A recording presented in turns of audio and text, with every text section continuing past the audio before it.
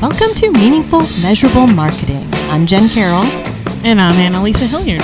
We are marketing strategists with the Data Dames, DATADAMES. If you like what you hear today, you can find us at datadamesmarketing.com. You can also find us on LinkedIn. I'm on Twitter at Jen C. Writer. And I'm on Twitter at AHilliardM. So today is our third episode in our Yes Buts series. We're calling it the Yes Buts because in marketing, especially digital marketing, there are a number of strategies that, most people would say, yes, do that. But we want to caution people at least to think through some of the key aspects of those strategies and decide if it actually makes sense for your company. So we started out with search engine marketing. So PPC, display, essentially the paid side of marketing. And last time we talked about Annalisa's SEO. That's her thing. SEO. And Never heard it said that way though. SEO. And so today we're going to talk about what's kind of my thing, content and social media. That's, for the last decade or more, though, those have been the things that, a lot of companies are like, oh yeah, want to jump on that bandwagon, want to do our content and social media. And I think over the last decade, over this past decade, we've learned that, it's not a guarantee that those things are going to be successful for you. They've got to be strategically crafted and well implemented. You've got to do quality work, and you have to stick with it for the long term. So again, if that's, if you've been doing content and social media for a while, if you're a new company or you're just now considering getting into it, we're going to talk about why you should, as well as why you should think about it, the yes buts.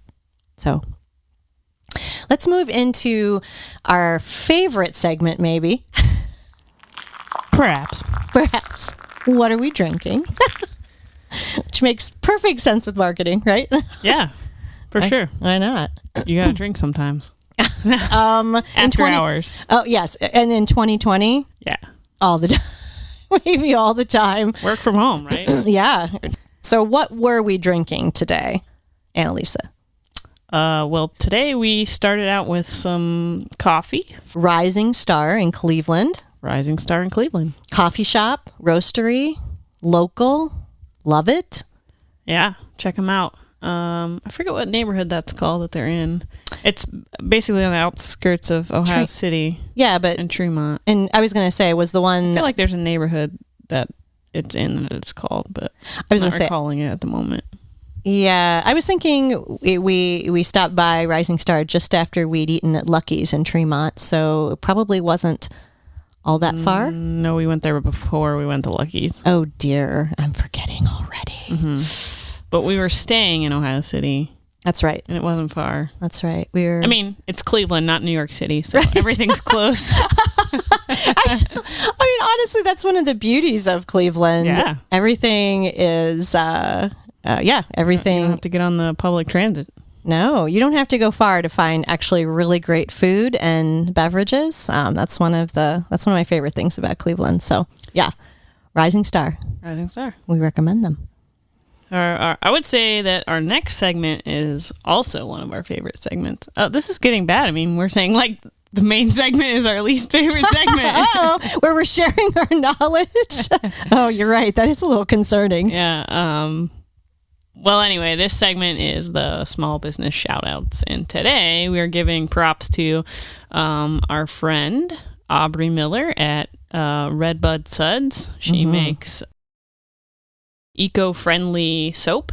Yeah. And let's just start by saying this is not, just a soap maker that comes to craft fairs. And don't get me wrong, those are very legitimate folks, love those folks, but Aubrey has made this I want to say a quest. That's not the right word, but it's It definitely comes from her passion for yes, the outdoors and the environment and being a conscious citizen. Yeah.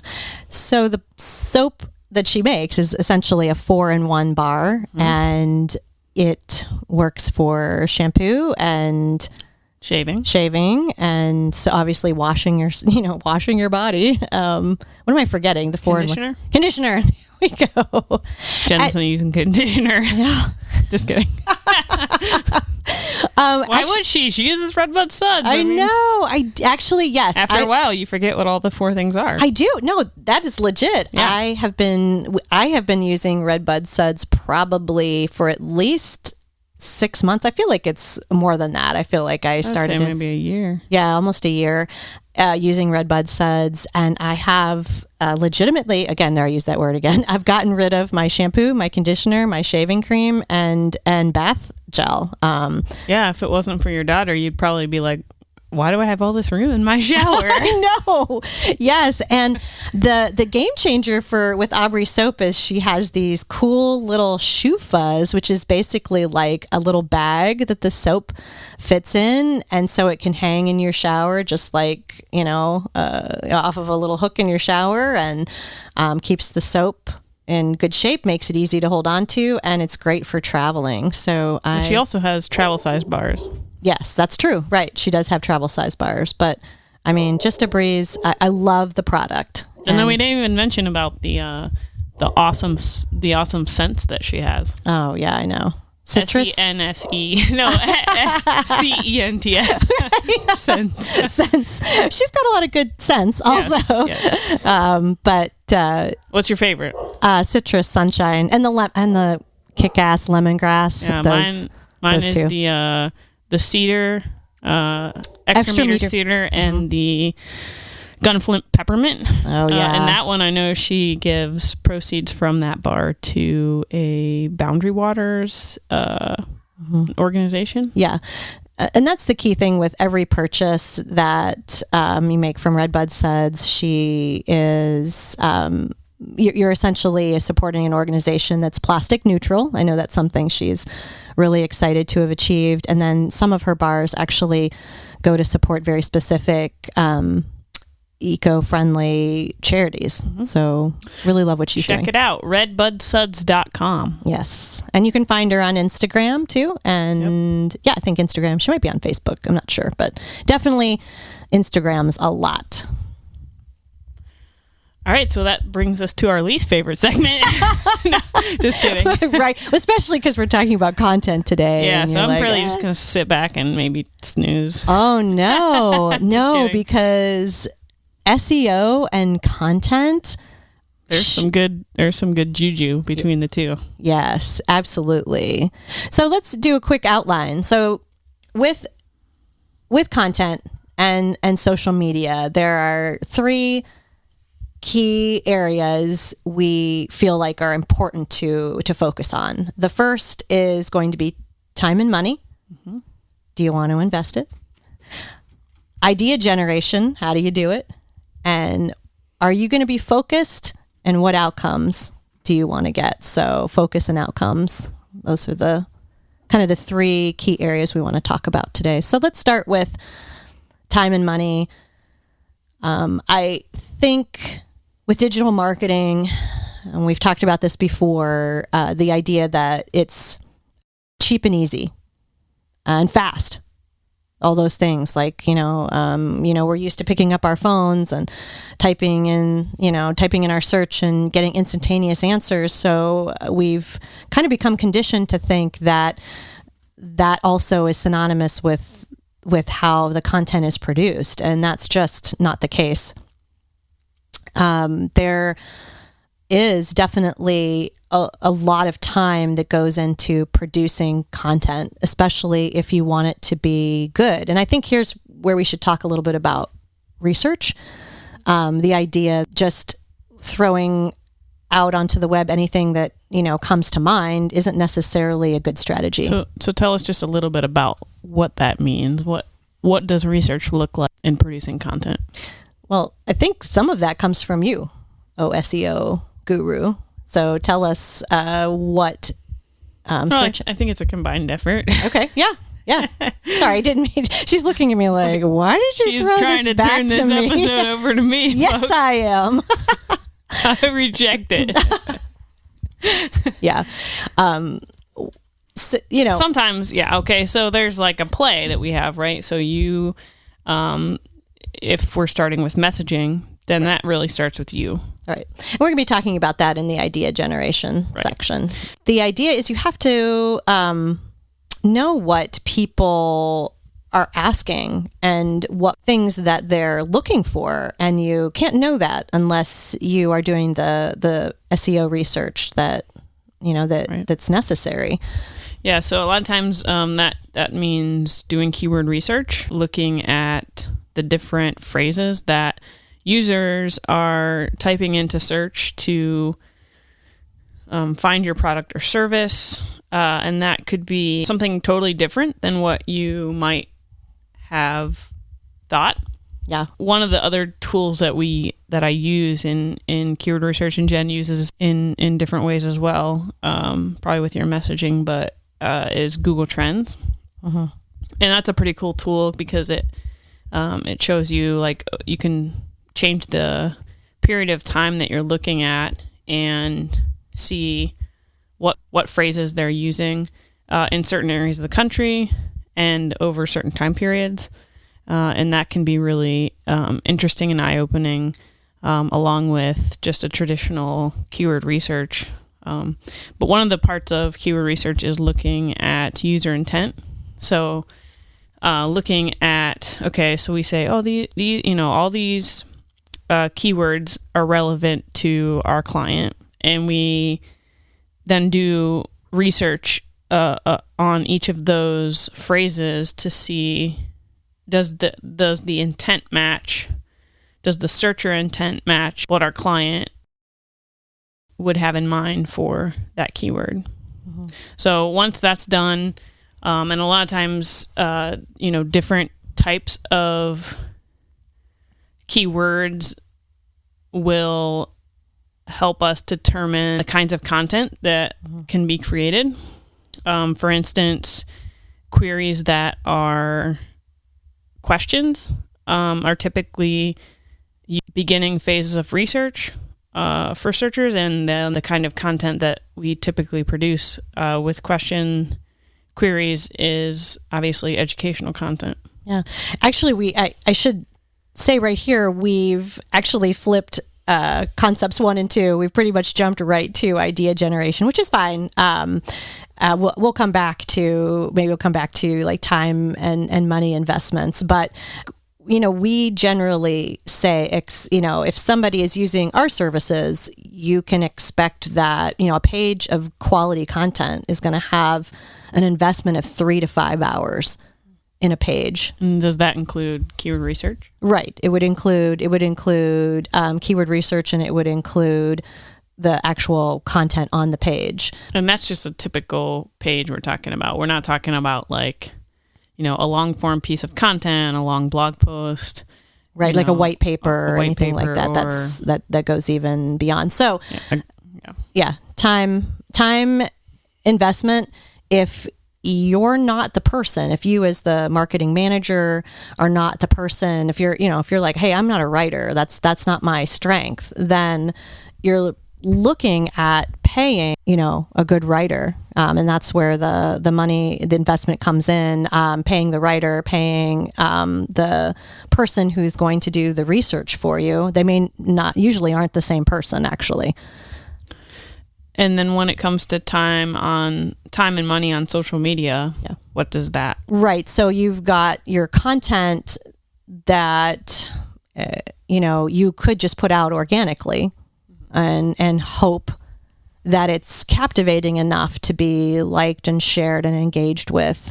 I think if you're honest with yourself, there's very few industries and very few companies that can just put out an organic post and get significant numbers of likes and shares and comments and engagement. That's just not realistic. And maybe that's okay. Like part of your strategy might be just over the long term, you want to put that content out on social media and on your site and other places. And, when somebody's searching for it, they'll find it, and that's fine. If you're looking for results actually, though, that will come faster and be bigger, a lot of times you have to put some money behind them. So that kind of circles back to the whole search engine marketing and social ads piece that we did at the beginning of the Yes But series. Sometimes you've got to invest to get that content out there. If I don't have money, then all I have to invest is my time. And I mean, it shouldn't take long, right? To like put a post together on one platform and hit hit publish, yeah. Hit post. Yeah.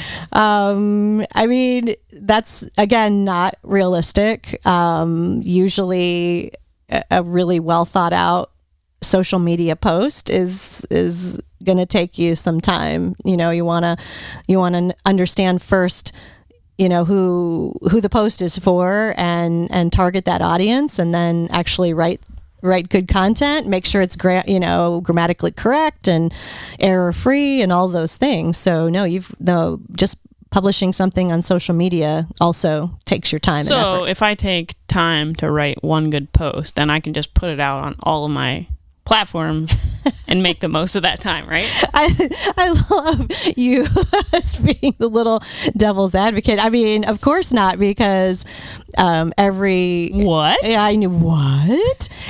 platform has its own. Your audience might be different on every platform, and you might have different even length constraints. Oh, you're talking about like Twitter, right? Versus like LinkedIn, right? And correct. And different audiences and different platforms have different strategies and styles. So I used to know there was tools that you could use, like Hootsuite, right, where you could schedule a post, right? And you could say post it here, and here. Yeah, and you can hit schedule. Absolutely, and you still can do that. There's still plenty of tools out there that. But you're saying that's not the best route. Again, it just depends on who you're trying to reach, what your audience is like on each of those platforms, and if the message makes sense. And this is a great place to say, I don't recommend that you be on every social media platform. It's really important to think through which social media platforms make sense for your business and just stick to those. For example, so not every new platform I have to be like, oh, I need to get on. Right. I need to get on TikTok. Right. I know. Actually, there's a lot of marketers who. Come on, there could be some really cool like manufacturing dances on TikTok. That's awesome, right? It's just really when you like have people in boots and hard hats, right? Doing boy, that's like from the 80s. What was that band in the 80s? You probably don't even know. I'm from the 80s. So the guy that did Men at Work. Oh, I thought it was the one that did YMCA. Oh yeah, but that was a different group. But I was thinking of Men at Work. Yeah. I'm too young for that. We've digressed. Anyway, choosing your social media platforms wisely, maximize your time, know your audience well, and focus on the platforms that reach that audience. It just doesn't make sense to spread yourself But thin. what does probably make sense is when you create one piece of content, then making use out of that piece of content. Repurpose that content in various ways. Yes, repurpose that content, and that could include email marketing. I haven't really touched on that yet, but email marketing is a key content strategy and a great place for repurposing. In fact, your email marketing may actually be more important than your social media marketing, because your email folks are the ones who've given you permission to market to them. And I think permission marketing, especially in a time of so many concerns about social media, that, you know, people are concerned about their data, people are concerned about their privacy, that, you know, when they've given you permission to market to them on email, through email, that's your owned audience. Social media, you're just renting space out there. And a social media platform can change its rules anytime.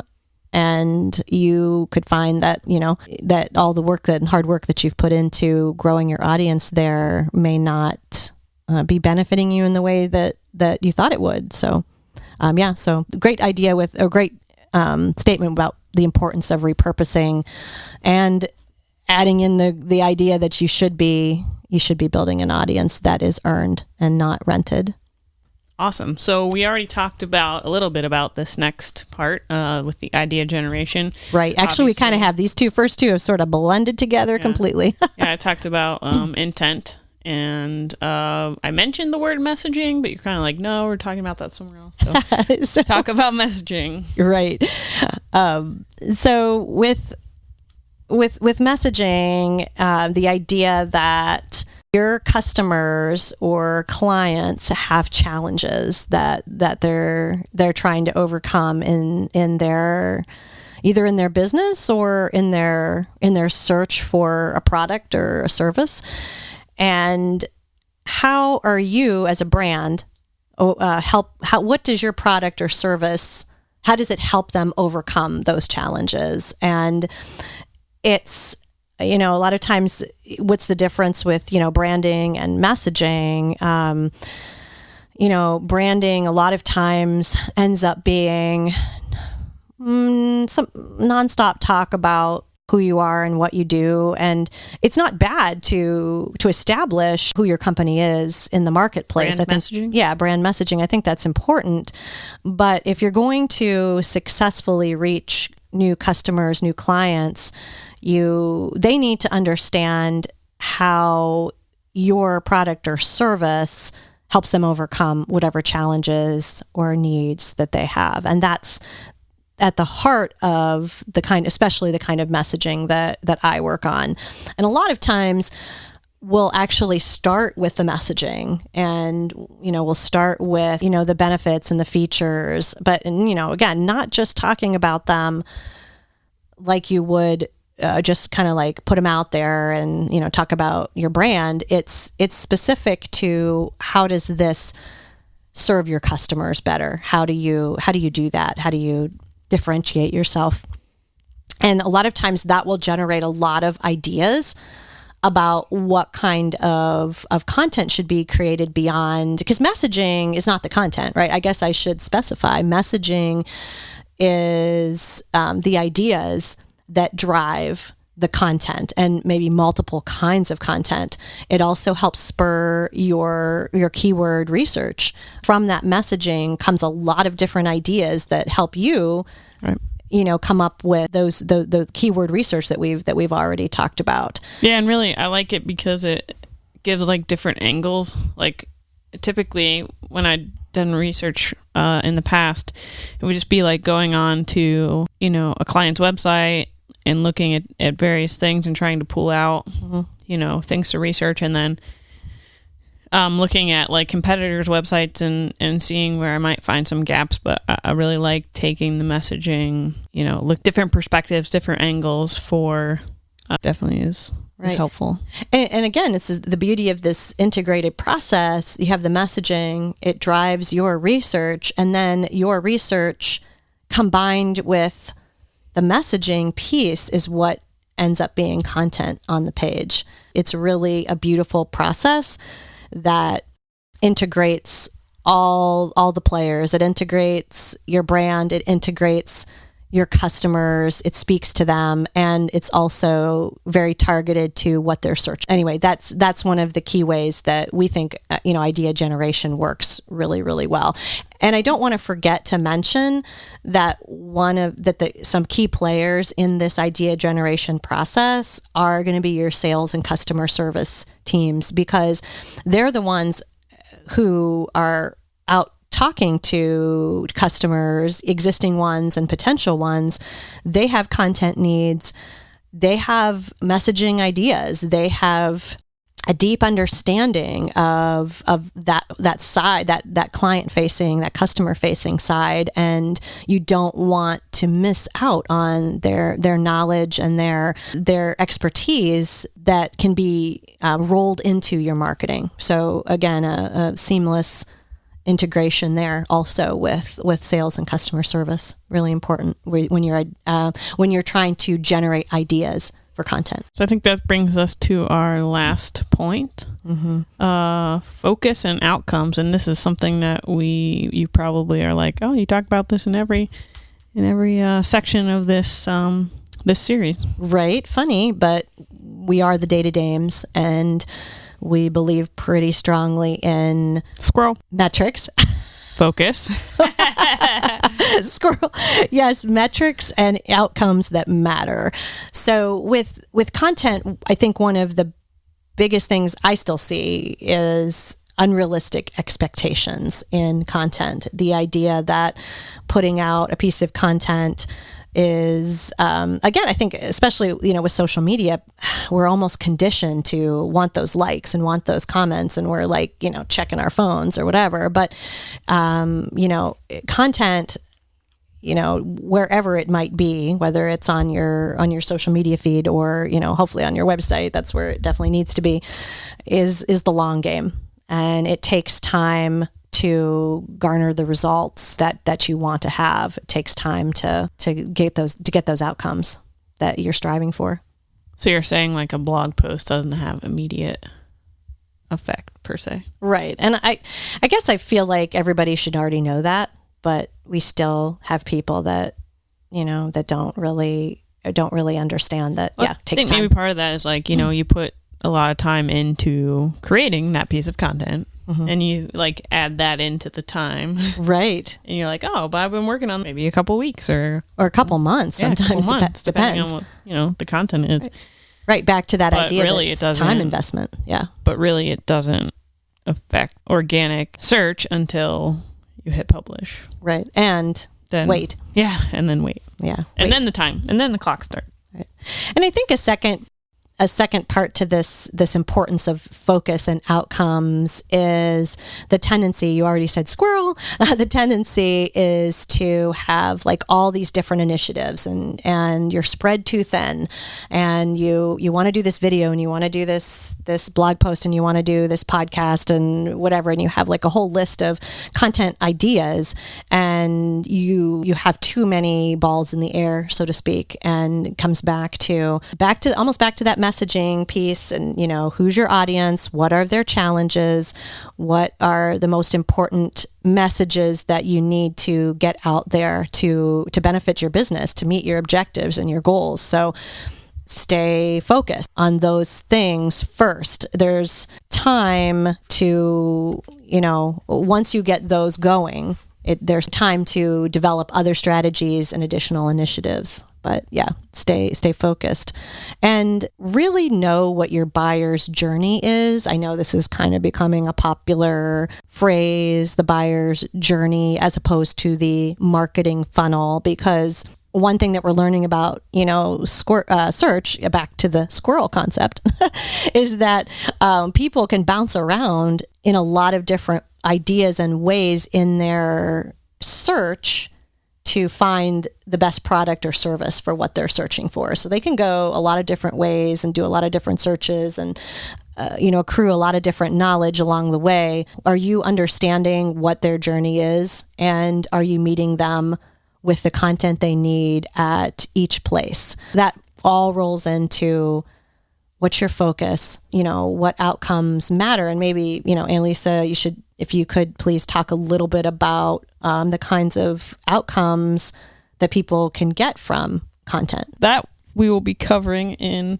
the next section of this series. Oh, so yes, the finale of our Yes But series. Best for last. Is, of course, we're the Data Dames, so we're leaving data analytics as the final frontier. All right, so that brings us to our last segment. We have been talking about things we've been learning, but I think this segment can also be, what's bringing us joy, what's getting us through 2020, what's entertaining us. That being said, I will say that something in my life that's been super exciting. In October, my brother and sister-in-law and my nieces welcomed my nephew into their family. He's been living with them for a year and a half, and he's adorable.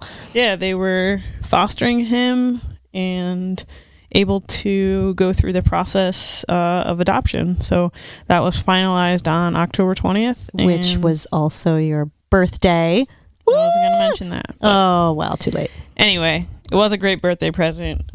His name is Jude, and he is very cute, of course. And yeah, that was just a really awesome celebration. For me, I think I probably have to talk also about what's bringing me joy, what's kind of getting me through this crazy year has been all the outside time, outdoors time that we have spent. Yeah, this fall has been amazing. Oh wow, this is Ohio. Actually in Ohio at least. Yeah, this has been one of the most beautiful falls I can remember in weather-wise and foliage-wise. Right, and just the opportunity to get out and ride my bike and hike and just do things. Walk your dog. Lewis. Sorry. Oh, he's really a beautiful dog, but he's a little bit of a handful. Anyway, 2 hands full. Yeah, definitely. But just the importance of taking my mind off of all the challenges that the year has presented.